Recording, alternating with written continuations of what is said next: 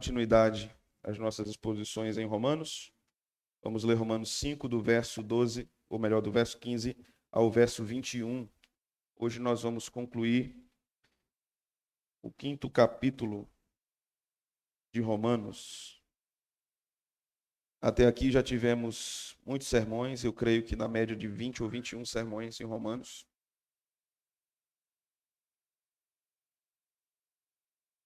E ainda não estamos na metade. Mas esta porção que nós vamos examinar hoje é muito importante para o fechamento do pensamento de Paulo a respeito de um entendimento pactual da salvação. Esse trecho é fundamental porque Paulo conclui o seu pensamento a respeito de Adão e Cristo e mostrando Cristo como segundo Adão. Se você achou a passagem, eu gostaria de convidá-lo a estarmos de pé para nós lermos as Sagradas Escrituras. Romanos 5, 15 a 21. Todavia, não é assim o dom gratuito como a ofensa. Porque se pela ofensa de um só morreram muitos, muito mais a graça de Deus e o dom pela graça de um só homem, Jesus Cristo, foram abundantes sobre muitos.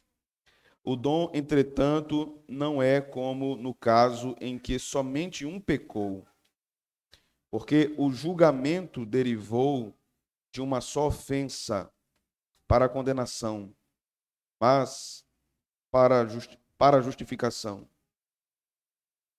Deixa eu reler aqui o 16. O dom, entretanto, não é como no caso em que somente um pecou, porque o julgamento derivou de uma só ofensa para a condenação, mas a graça transcorre de muitas ofensas para a justificação. Se pela ofensa de um e por meio de um só reinou a morte, muito mais os que recebem a abundância da graça e o dom da justiça reinarão em vida por meio de um só, a saber, Jesus Cristo. Pois assim como por uma só ofensa veio o juízo sobre todos os homens para a condenação, assim também por um só ato de justiça veio a graça sobre todos os homens para a justificação que dá vida. Porque como pela desobediência de um só homem, muitos se tornaram pecadores, assim também por meio da obediência de um só, muitos se tornarão justos. Sobreveio a lei para que avultasse a ofensa. Mas onde abundou o pecado, superabundou a graça, a fim de que, como o pecado reinou pela morte, assim também reinasse a graça pela justiça para a vida eterna, mediante Jesus Cristo, nosso Senhor. Amém. Bendito seja Deus. Curva sua cabeça. Vamos orar ao Senhor. Ó Deus, te louvamos nessa noite tão abençoada em que teu povo se reúne juntos, erguemos as nossas mãos aos céus em adoração. Juntos cantamos louvores ao Senhor, que é bendito e é Rei. Juntos bendizemos aquele que era e que há de vir, o nosso Redentor. Pedimos que nesta ocasião o Senhor fale conosco por meio de sua palavra. Pedimos que o Senhor abra ou destape os ouvidos, possivelmente, de alguém que esteja aqui ou que assista depois este sermão, que não conhece a Cristo, está afastado do Senhor, está destituído de sua glória e não foi contemplado por sua graça. Pedimos que o Senhor abra os corações. Pedimos que o Senhor converta-os, o Senhor transforme-os.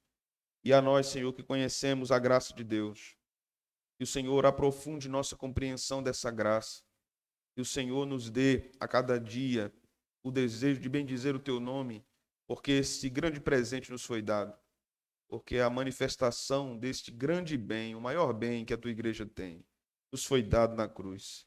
Senhor, não temos riqueza nenhuma que possa se comparar a esta grande bênção sobre o seu povo.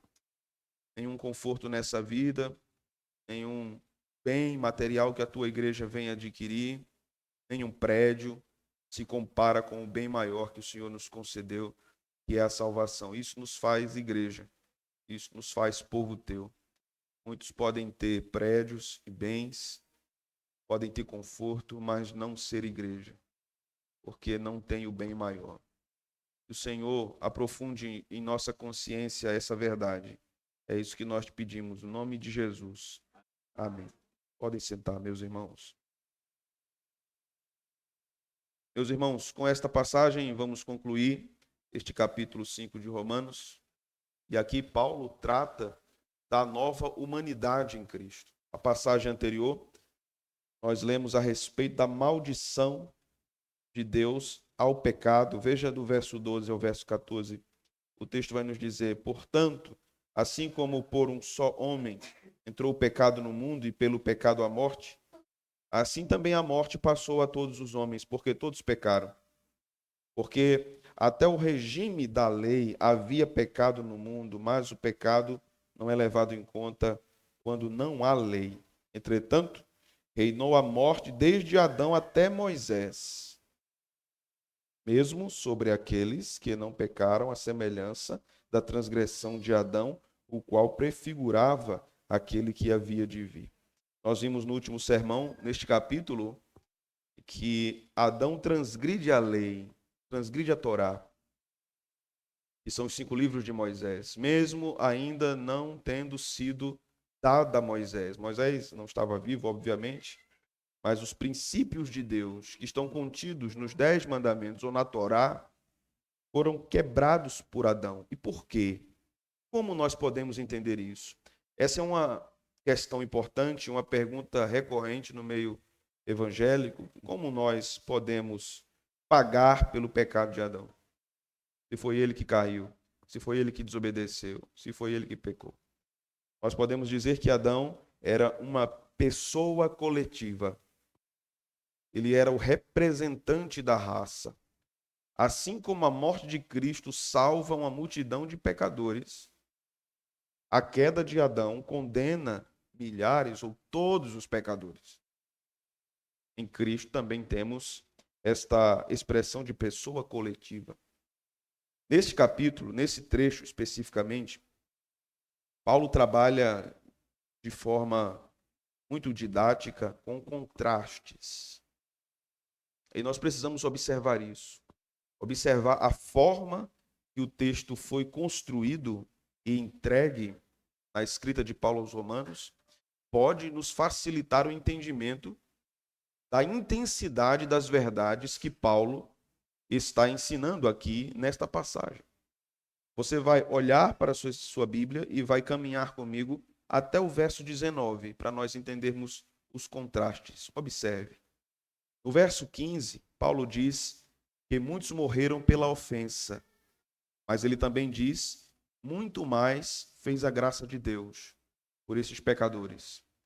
Percebe que a ofensa que é o pecado é a queda, e Paulo diz que muitos morrem pela ofensa, mas muito mais se fez pelos pecadores, pela graça de Deus. No verso 16, nós observamos que o julgamento derivou de uma ofensa. A ofensa de quem? De quem? De Adão.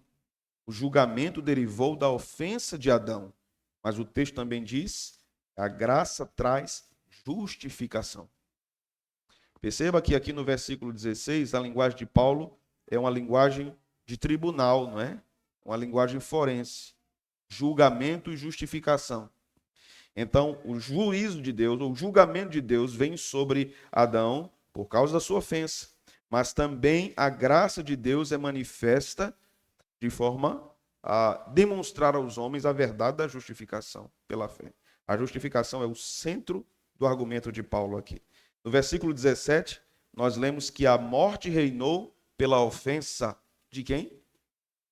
De Adão. A morte, na linguagem de Paulo, nessa porção, tem uma espécie de reinado. Daí nós vamos entender aquela passagem do apóstolo em outro lugar, quando ele diz, onde está a morte? Teu aguilhão. A morte tem uma espécie de reinado, mas Paulo também diz no verso 17 que a graça tem maior poder e maior abundância e maior reinado do que o pecado. Perceba que Paulo vai comparando o poder da morte e do pecado com o poder da graça e a obra de Cristo. Ele vai mostrando ao leitor da epístola as duas coisas e vai pesando as duas coisas, mostrando que o poder da graça é muito maior do que o poder da morte e do pecado. Observe que no verso 18, nós temos, constando aqui no versículo, que a condenação veio pela ofensa, mas Paulo também diz, pelo ato de justiça de Cristo, veio a graça. A graça se manifesta aos pecadores. No verso 19, nós lemos que pela desobediência de um só, todos tornaram-se pecadores. E pela obediência de Cristo, muitos, não todos, muitos se tornarão justos. A linguagem usada pelo apóstolo é importante, não é? Então, Cristo é o cabeça daqueles que são salvos, Adão é o cabeça daqueles que são condenados, ou estão debaixo da condenação de Deus. Podemos dizer que, em termos da doutrina do pecado, do que a Bíblia diz sobre o pecado, Adão e tudo que vem aos homens através de Adão se assenhoreia dos homens. E Cristo, e tudo que vem por meio de Cristo, se torna uma expressão do reinado de Deus sobre aqueles que Deus salva. Então, de início, eu preciso perguntar a você que está nesta igreja, nesta noite: quem é Senhor sobre você? O pecado, vindo pela desobediência de Adão, ou Cristo? Aqui nós vamos aprender muitas coisas com respeito à salvação pela graça. Aqui nós vamos aprender que não é a obediência à lei que pode nos salvar. Aqui nós vamos aprender que não é fidelidade à religião que pode nos salvar. Nós ainda vemos crentes pensando dessa forma dentro de nossas igrejas. Ainda vemos crentes, por exemplo, quando caem num pecado terrível, olhando para si e dizendo assim: mas como isso aconteceu comigo? Eu sempre me dediquei tanto a Deus. Eu sempre me dediquei tanto à leitura, ao estudo das Escrituras, à oração e à vida da igreja. Percebe que no fundo, há uma decepção aí de não conseguir conquistar a salvação? A decepção consigo mesmo nesses aspectos, sem a apropriação da graça, é claro que a decepção vai fazer parte do nosso pecado, né? Quando um crente peca, de fato, ele se decepciona, mas não por causa do seu status, é por causa de Deus. A nossa tristeza pelo pecado é por causa de Deus. Mas comumente o que é que nos cerca? Quando nós estamos pecando, estou falando de crentes, né? Quando pensamos, o que é que nos atemoriza? Nos atemoriza o tipo de juízo que virá sobre nós. Se nós seremos expostos, se nós seremos envergonhados diante dos homens. O que é que as pessoas vão dizer de nós? Por isso não é estranho que muitas pessoas, quando andam por caminhos tortuosos, crentes, membros de igrejas, que então cometem pecados escandalosos, acabam abandonando as suas congregações. Muitas vezes não por falta de amor da congregação, mas porque supõem que será constantemente julgado pelo pecado que cometeu. O que é mais difícil encontrar nesse coração? Um profundo arrependimento em relação a Deus, em relação ao que fez contra o Salvador, contra o Criador. Esta pessoa tem um senso de justiça e moral muito refinado e muito aguçado, mas apenas em termos sociais, não em termos espirituais. É aquela ânsia antiga dos homens de poder salvar-se, de poder justificar-se, enquanto Paulo está dizendo assim: ninguém pode fazer isso. Ninguém pode se justificar. E Paulo está falando exatamente isso contra uma ideia judaica. Essa era a ideia do judaísmo antigo. Nós, se obedecermos à lei, vamos então fazer com que Deus estabeleça o seu reino através da vinda do Messias e da instalação da nova aliança. Então nós precisamos obedecer muito a Deus e estarmos comprometidos com essa obediência para que então o Messias venha e instaure o reino, ou seja, a consumação da obra de Deus no mundo vai depender da nossa obediência. Assim pensavam os judeus. Quanto mais a gente obedecer, mais a gente vai atrair a bênção de Deus para a completude de sua obra. Paulo inverte isso, irmãos, drasticamente. Paulo está dizendo aos judeus aqui, não é isso. Não é este o entendimento que o Evangelho tem a respeito da salvação. Nós devemos observar aqui, principalmente a partir do versículo 15, que Paulo está trabalhando diretamente com o texto de Deuteronômio, capítulo 27 até o capítulo 30. Paulo está tratando das maldições da lei, de como Deus retribui o pecado ao pecado dos homens, a desobediência dos homens. Paulo está trazendo uma interpretação diferente do que o judaísmo antigo estava acostumado a dar. Porque, veja, quando nós olhamos para esse texto, e nós olhe para o verso 12 do capítulo 5. Aqui, a lei de Moisés conduziu ao pecado. Adão foi conduzido ao pecado pela lei e conduziu ele à morte. Ou seja, a lei diz o que é transgressão. A lei diz o que é pecado. Então, Adão peca. Então, existia uma lei dada a Adão. E Paulo vai dizer, essa lei era a Torá. Nunca houve um tempo sem lei. Nunca houve esse tempo. E Adão vai contra isso. Paulo está dizendo aqui, observe, Paulo está dizendo aqui, a lei não pode salvar, mas apenas condenar. A lei só conduz o homem à transgressão. Porque a lei é quem proíbe, o homem quebra isso. Esse raciocínio de Paulo é fundamental para nós entendermos o Evangelho. Então nós vamos observar, por exemplo, no versículo 20 e 21, veja comigo, do capítulo 5. Paulo diz, sobreveio a lei para que avultasse a ofensa. Mas, onde abundou o pecado, superabundou a graça. A lei veio para que a ofensa fosse evidenciada, para que ela avultasse. A lei veio para mostrar a grandiosidade da malignidade do coração humano, do pecado humano. A lei tem uma função de denunciar o pecado, mas ela não pode salvar. Ela não pode salvar. Veja o versículo 21. A fim de que, como o pecado reinou pela morte, assim também reinasse a graça pela justiça para a vida eterna. O que é que diz agora? Nosso Senhor. Paulo vai mostrando o poder destruidor do pecado da morte. Ele vai chamando de ofensa.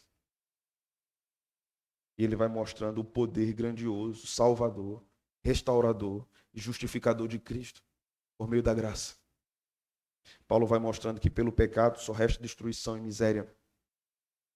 Inclusive, isso aponta para a própria prática religiosa dos judeus, que é composta de destruição e miséria, a guarda dos mandamentos de Deus sem Cristo é inútil. A boa moral, a retidão moral sem Cristo é inútil. Inútil. Pode pagar os seus impostos, você pode ser honesto, você pode ajudar os pobres, você pode dar uma oferta para uma ONG, você pode participar de vários programas sociais, você pode dedicar parte do seu ano a ir para a África, cuidar daqueles que estão em miséria. Sem Cristo, é inútil. Essas obras são mortas. Elas têm, de fato, algum valor para outros homens, mas para Deus não tem absolutamente nenhum valor. Sabe por quê? Porque elas só promovem a glória do seu próprio coração. Se tudo que nós fazemos não for para Cristo, glorificará outra coisa. Glorificará outra coisa. Glorificará nós mesmos. Glorificará outro ídolo, nossas próprias ações, né? A ponto de a gente admirar a si mesmo, né? Espelho, espelho meu. Tem alguém mais bom do que eu? Mais bom? Tem alguém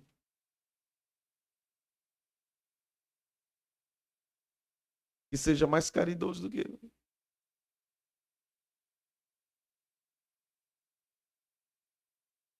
É como se a gente dissesse assim: eu mereço a salvação, porque eu faço muito. A sociedade que a gente vive é assim. É uma sociedade meritocrática. Do ponto de vista do trabalho, a meritocracia não está errada. Mas essa lógica não se aplica à salvação. Do ponto de vista de um concurso, de uma prova, a meritocracia está correta. Mas do ponto de vista da salvação, não. Você não tem méritos. Nenhum mérito.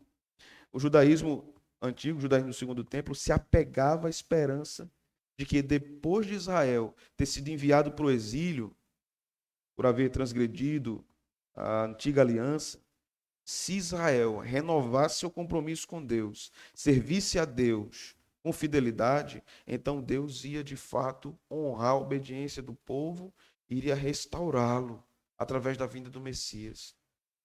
Veja, irmão, se a gente não tivesse Cristo, a gente acreditava do mesmo jeito. Porque o judeu estava cego, ele só tinha a lei, ele não tinha Cristo. Embora a lei lançasse luz para a graça, mas a graça ainda não tinha triunfado na vinda de Cristo. Cristo ainda não tinha encarnado. Então, na verdade, o que a lei fez? Ela conduziu o homem à morte. Ela conduziu o homem à destruição. No versículo 16, observe o que Paulo vai dizer. O dom, entretanto, não é como no caso em que somente um pecou, porque o julgamento derivou de uma só ofensa para a condenação. Mas a graça transcorre de muitas ofensas para a justificação. Veja que coisa maravilhosa, né? Esse versículo. Veja, observe com atenção. Paulo diz assim: o dom de Deus, o dom gracioso de Deus, entretanto, não é como o caso que somente um pecou, porque o julgamento derivou de uma só ofensa. Então, Adão pecou e o julgamento de todos veio de uma só ofensa para a condenação. Aí Paulo diz: mas a graça transcorre de muitas ofensas. A lei conduz o homem ao pecado. E por causa do pecado, Deus manifesta a graça. Porque sem a manifestação do pecado, não haveria manifestação da graça de Deus. Isso aqui não dá para a gente pensar nessa ocasião como tudo se processa envolvendo esse fator. Mas o atributo da graça de Deus só poderia ser manifesto se o pecado entrasse no mundo.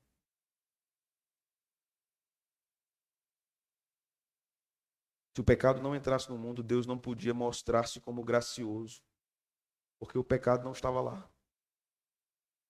E Deus queria glorificar-se mostrando sua graça em decorrência da transgressão dos homens. Veja o versículo 17.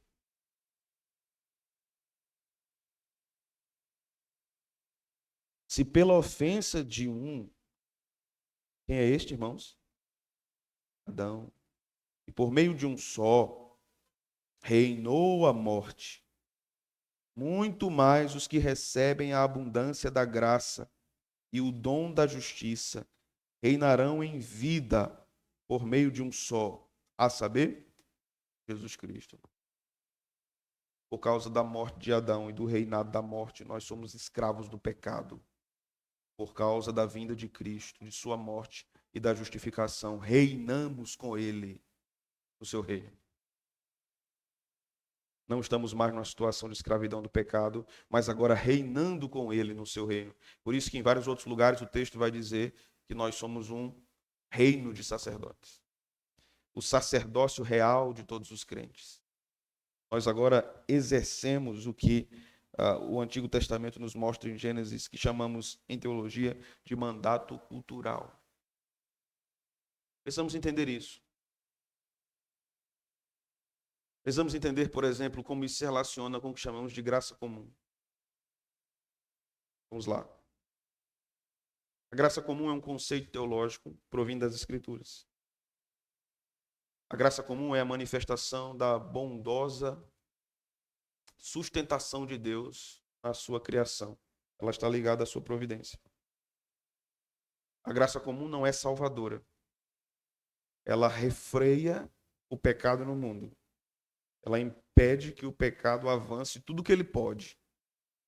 Então, o mais ímpio homem que você conhece, o mais perverso, ele ainda não fez tudo o que ele pode. Porque a graça comum impede.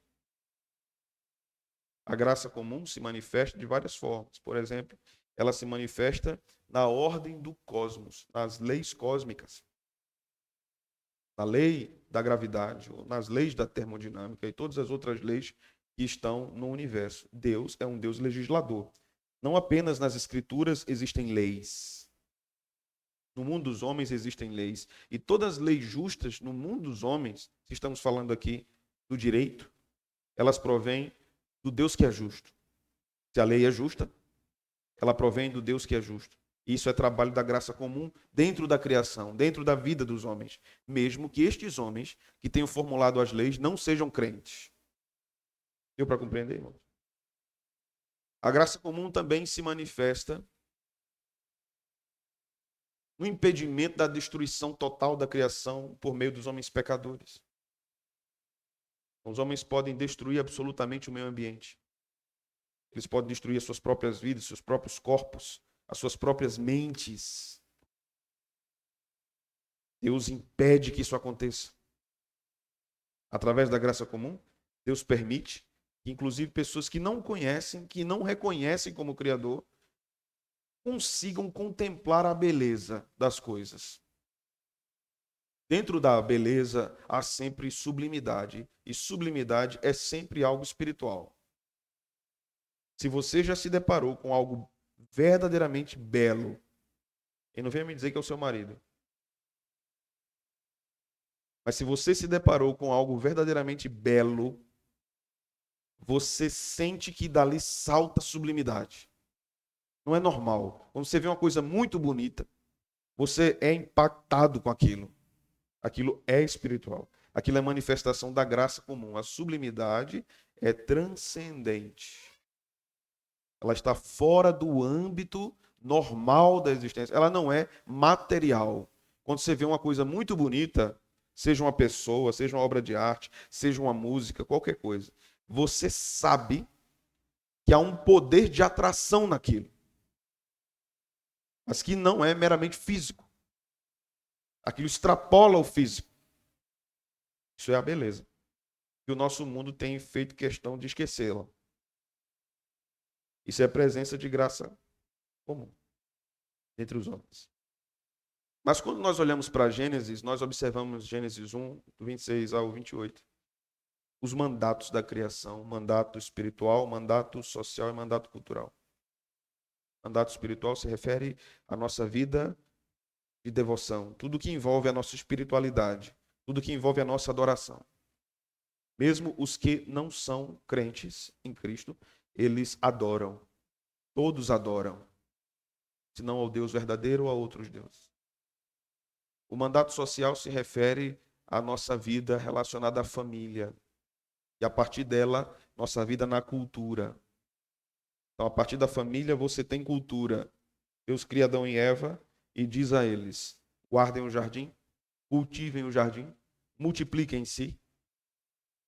E a ideia é que ensinem este processo aos seus filhos. Cultivar, guardar e multiplicar. Isso é um mandato social que vai desembocar no mandato cultural, que tem a ver justamente com o fato deles precisarem trabalhar. Então, o pecado não origina o trabalho. Não é? Que acolá você vê um crente dizendo assim, se Adão não tivesse pecado, a gente não trabalhava. Não. Adão trabalhava. Amém?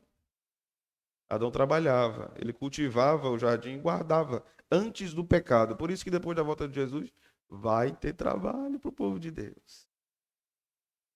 Mas as segundas-feiras não serão iguais, meus irmãos. As segundas-feiras não serão iguais. Né? Desculpa decepcionar alguns. Quando nós falamos do mandato, se faz uma pergunta. O ímpio pode cumprir o mandato? Ou os mandatos? Alguns vão dizer sim, podem. Porque Deus é glorificado em tudo. Nós precisamos entender isso. Porque quando Paulo diz, quer comais, quer bebais ou façais qualquer outra coisa, façam para a glória de Deus. Não é assim? Então, em relação às minhas ações, eu devo glorificar a Deus conscientemente. Conscientemente. Então, Deus é glorificado quando eu cumpro esses mandatos através de minha vida, quando faço isso conscientemente, honrando a Deus e fazendo tudo isso em adoração. A minha fidelidade espiritual a Deus, a minha devoção particular ou com a igreja ou familiar, é cumprimento do mandato espiritual. A minha dedicação à família, aos amigos, ao cuidado das pessoas, cumprimento do mandato social. A minha dedicação ao trabalho, a minha fidelidade à vocação que Deus me deu, cumprimento do mandato cultural. Mas e o ímpio? Que não glorifica conscientemente. Então, qual é a diferença da glória de Deus, ou a glória que Deus recebe do cumprimento desses mandatos no crente e no ímpio? Por exemplo, um homem inventou uma máquina importante para o progresso da humanidade. Diga aí uma máquina importante no progresso da humanidade. O avião, a imprensa, as embarcações. Será que todas essas grandes invenções foram feitas por crentes? Será que quando eles terminaram, disseram assim, glória a Deus? Isso aqui, Senhor, é para a honra e glória do teu nome. Será que foi assim em muitos casos? Não. Muitos olharam e disseram assim, eu sou demais. Eu sou o cara. Não tem ninguém igual a mim. Eu tirei o homem do chão e fiz ele voar como um pássaro. E aí a gente pergunta, Deus foi glorificado? Pergunta difícil. Pelo homem, não. Mas ele se glorificou na invenção. Não é, Elisa? Elisa se animou ali. Ele se glorificou na invenção. Então, o ímpio não glorifica a Deus conscientemente, mas Deus se glorifica através de ações ou determinadas ações do ímpio por causa da graça comum que está sobre todos os homens. Mas isso não pode salvá-lo. Isso não faz dele digno. E por que Deus faz isso? Porque Deus preserva a sua criação para o grande dia do triunfo de Cristo. Deus dá sabedoria aos homens, inclusive os que não temem a Deus, para a preservação do mundo até que a consumação chegue. Tudo isso está no plano da redenção. Nada está solto. Tudo tem um nó. Tudo tem um sentido na história de Deus. Nada está solto. Cristo, diz o texto de Paulo, destrói o império do pecado. Cristo derrota o domínio do pecado. Então, meus irmãos, nós entendemos que as bênçãos da graça vêm por causa da obediência de quem? De Cristo.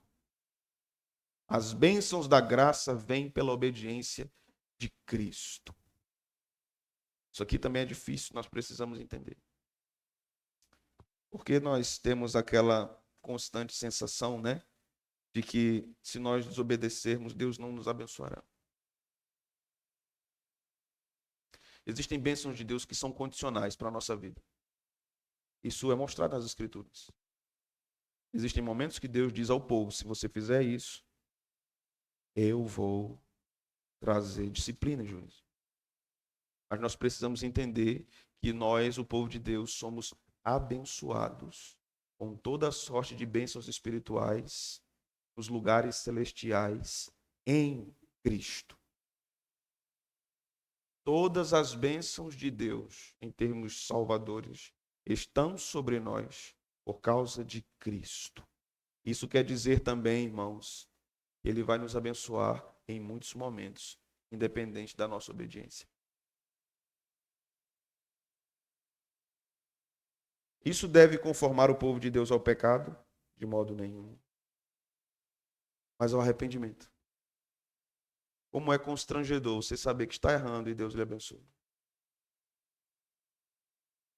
Como é constrangedor você saber que não tem sido fiel a Deus.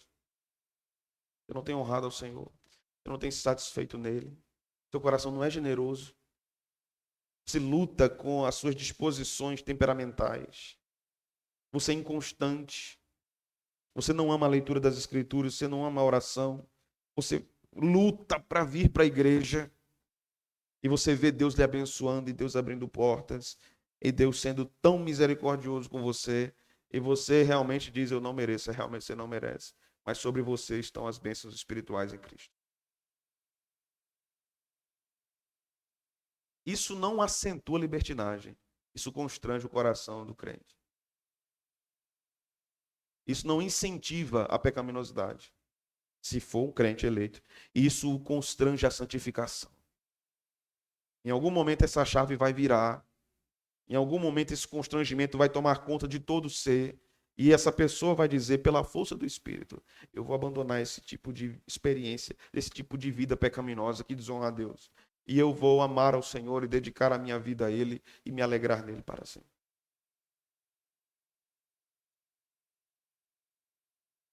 Cristo venceu o reino da morte para salvar pecadores, mas se você não creu ainda em Cristo, você está sob o domínio do pecado.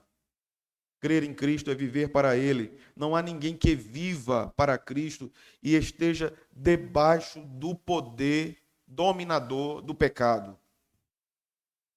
Ou Cristo é rei, ou o pecado é. Sim, depois que Cristo nos salva, nós continuamos pecadores, mas o pecado não reina mais, entende?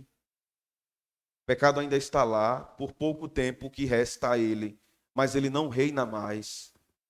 Mas se Cristo não for o seu rei, o pecado vai dominar o seu coração, você vai ter prazer nas coisas que o pecado lhe oferece e você vai ser enganado constantemente pelo pecado.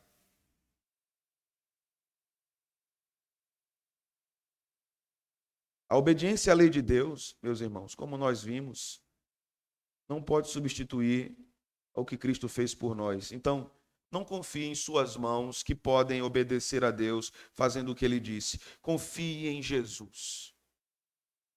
Confie em Jesus. Confie no seu Salvador. Não é? Você já teve aquela experiência de dizer assim, não, pode fazer que eu estou dizendo aqui, eu garanto. Sou eu que estou dizendo. Thomas Magno está dizendo. Grande coisa. Né? Pode dizer. Pode botar meu nome ali na lista da venda aí, que no final do mês, daqui a 30 dias eu venho pagar. É o meu nome, pode dizer, pode dar. Eu estou dizendo.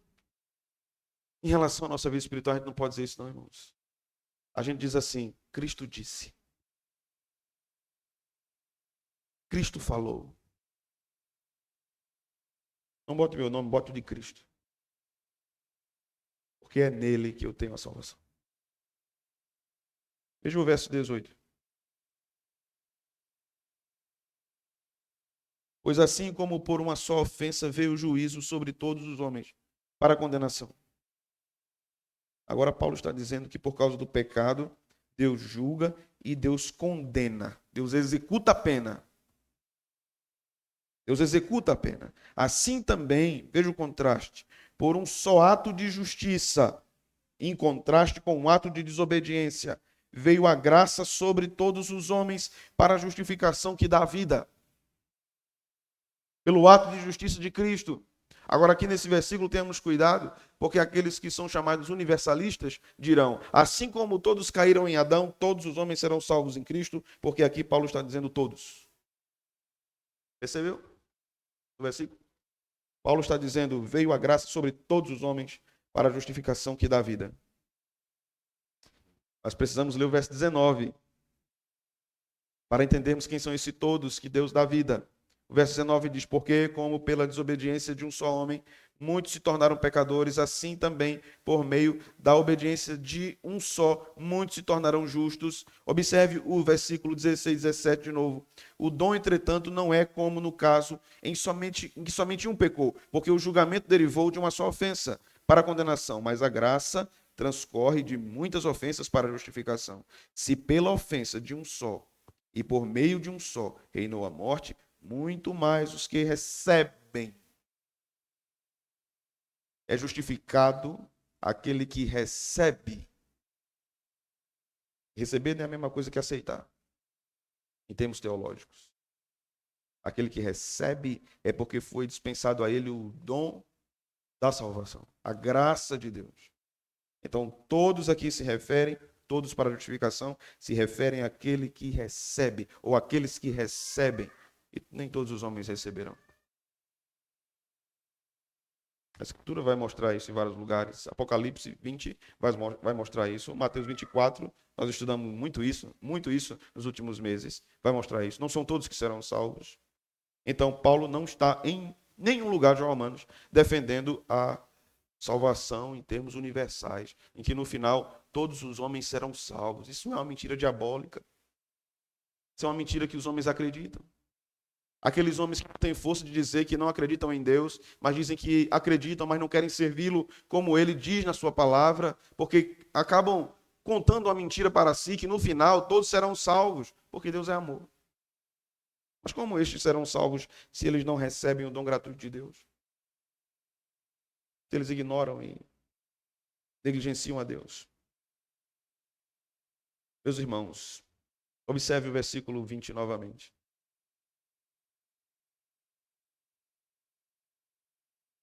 Sobreveio a lei para que avultasse a ofensa. Mas onde abundou o pecado, superabundou a graça. Paulo vai responder novamente essa questão, porque alguns podem pegar isso, né? Como podem pegar o versículo 18 para defender o universalismo. Mesmo na sua época aqui, alguns poderiam pegar esse texto de Paulo para dizer que se a graça superabundou, então eu posso viver de qualquer forma, porque há muita graça. Não preciso me dedicar à santificação, porque a graça superabundou. Então, se há muito da graça, não é? Se há um oceano de graça, eu posso então continuar na minha vida de pecaminosidade.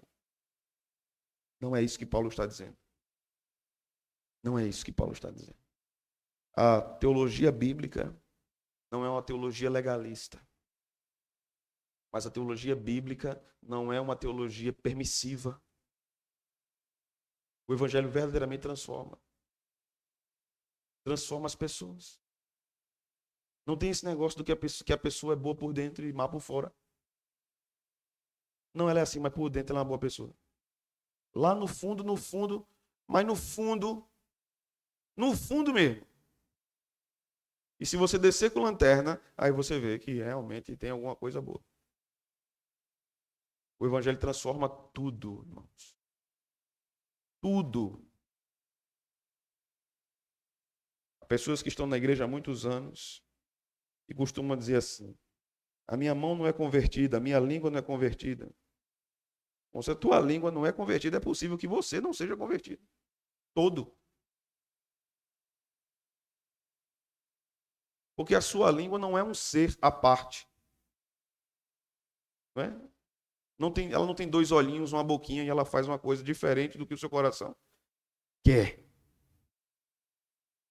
Examinemos o nosso próprio coração. Perguntemos a nós mesmos se realmente nós somos crentes. E não perguntemos somente a nós mesmos, porque a gente pode responder a nós mesmos. Né? A gente pode dizer, eu sou mesmo. Nos meus moldes eu sou. Porque quando isso acontece, quando nós temos a falta de capacidade de discernir o que é o nosso próprio coração e a nossa própria vida, nós precisamos orar da seguinte forma, irmãos. Senhor, vê se há em mim algum caminho mau. E guia-me pelo caminho eterno. Porque eu posso ser incapaz de ver o monstro que eu sou.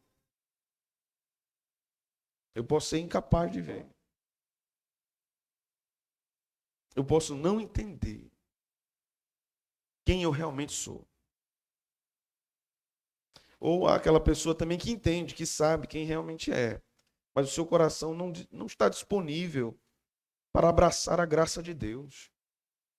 As pessoas acham que é o mero esforço humano. Mas eu não consigo mudar. Esse é o problema, irmãos. Esse é o problema. Essas pessoas vão lutando para mudar a si mesmas, mas elas não abraçam a graça para serem transformadas.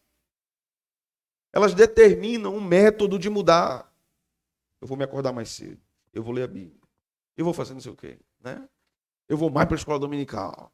Eu não vou faltar mais. Eu vou para o culto de doutrina. Esse ano eu vou para a reunião de oração. Eu vou. Estou esperando. Estou esperando você. Você vai criando métodos para se auto-redimir. Abrace a graça de Deus. Ela vai transformar muita coisa na sua vida. Ela vai transformar suas disposições, seu coração, suas inclinações.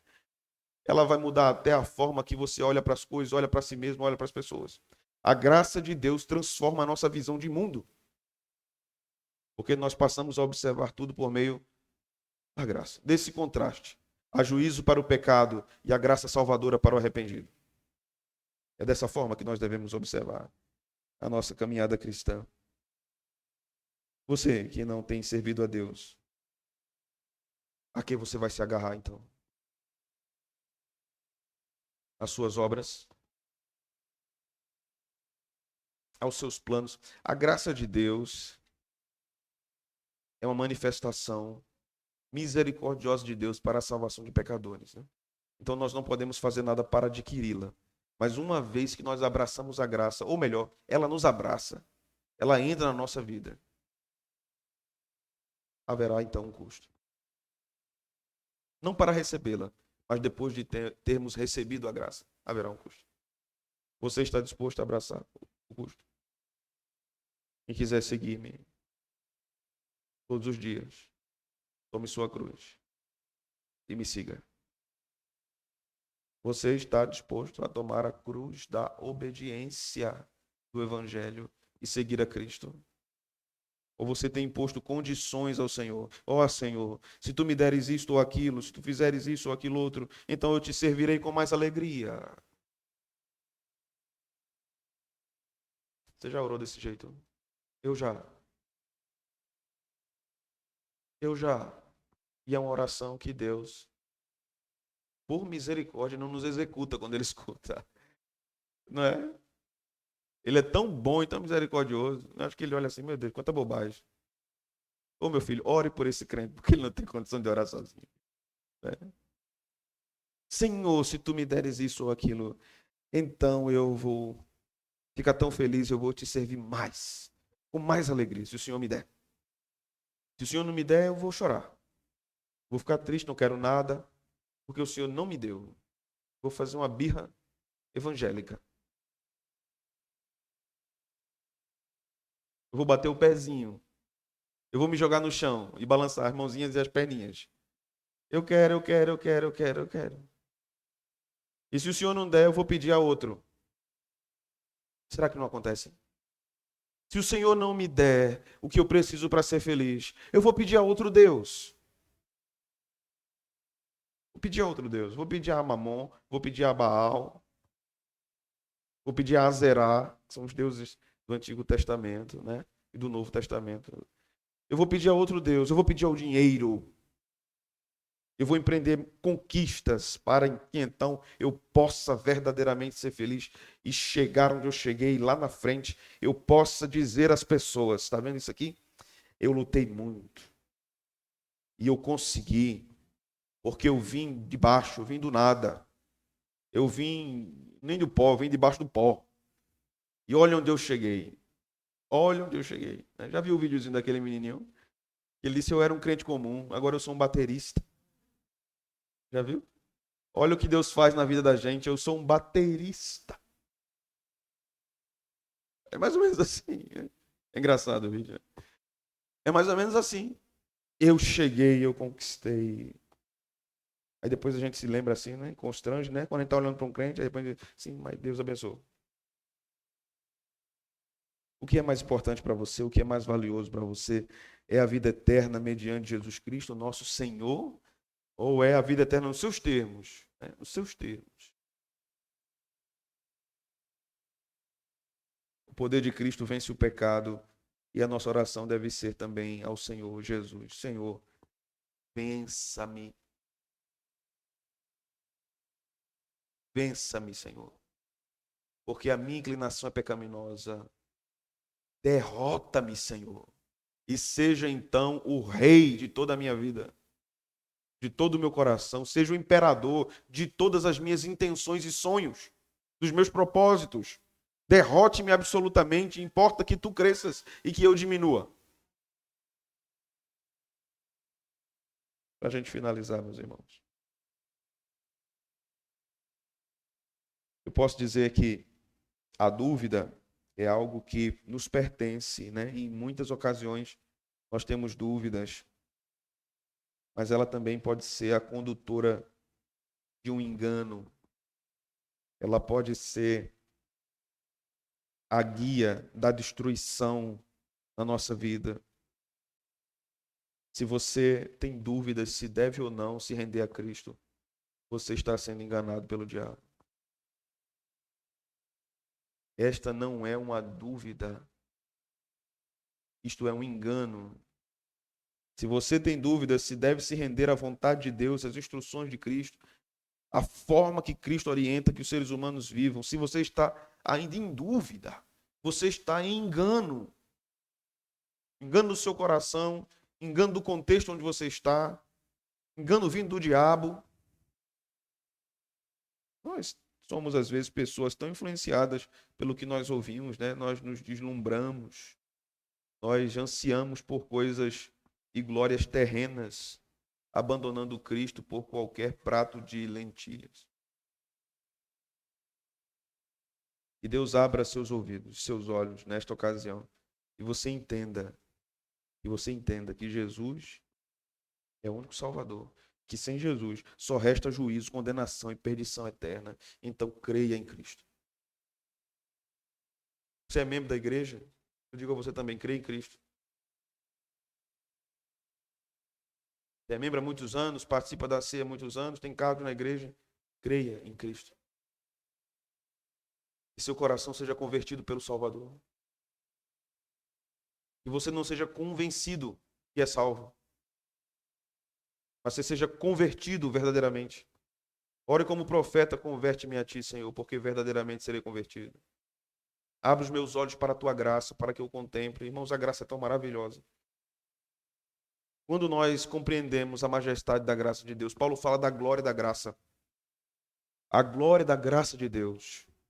Isso é libertador e completamente libertador. Libertador para as suas dores, libertador para os seus traumas, libertador para as suas decepções, libertador para os pecados de vícios que você carrega dentro de você. A graça é absolutamente libertadora. Jesus estava sentado, riscando no chão. Trouxeram uma mulher pega em adultério.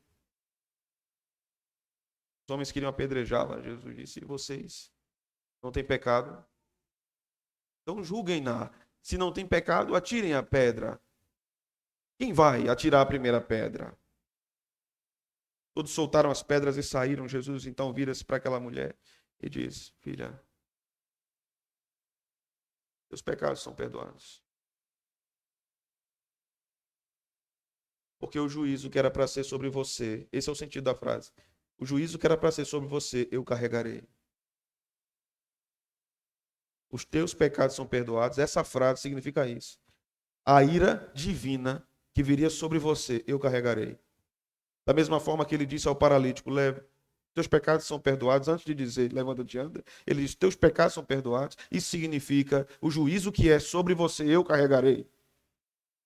A ira que você é digno de receber, eu carregarei. Por isso eu tenho autoridade de dizer: você está perdoado, vá em paz. Só podemos ir em paz se os nossos pecados forem perdoados, irmão.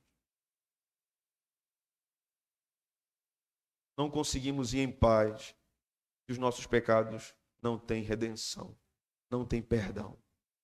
Que o Senhor nos abençoe. Curve sua cabeça, vamos orar.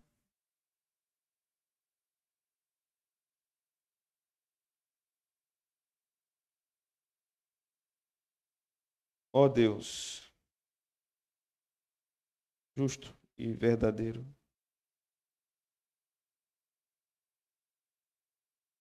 tu julgas com justiça e graça.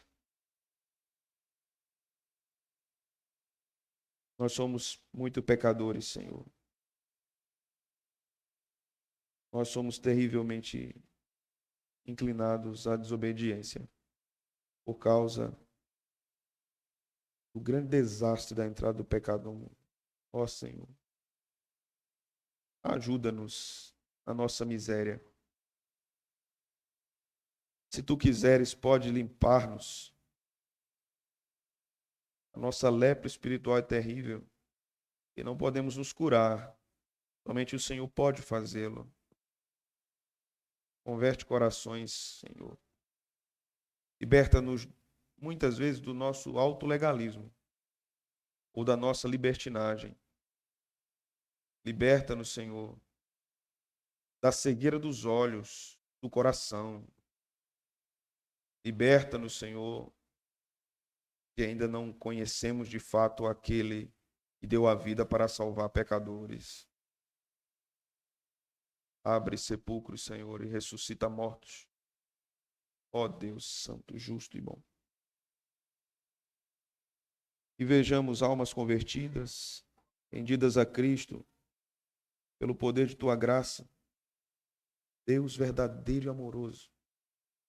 Deus que se revela em Cristo e nos dá uma nova humanidade. Uma humanidade transformada. Que pode ser vivida agora mais plenamente por causa de Cristo. Porque este Cristo homem é nosso mediador. Ó Deus. Muda corações aqui, Senhor. Transforma, Senhor, nossas vidas. Transforma, Senhor, nossa igreja. Transforma-nos para que digamos ao mundo também que há um Salvador. E que há uma saída eficaz e verdadeira e poderosa. E o homem tem insistido tanto em não ver. E esta saída é a porta. Ele disse que era a porta. Ele disse que era o caminho. Ele disse que era a vida. E ele disse que era a verdade. Enche-nos do teu espírito para proclamar isso ao mundo, que teu filho é a verdade que liberta o homem do seu pecado. Obrigado por Jesus Cristo, por sua obediência. Torna-nos mais parecidos com ele, Senhor. Misericórdia de nós, é o que nós te oramos, Senhor, no nome santo de Jesus. Mas eu quero te pedir também por nossa igreja,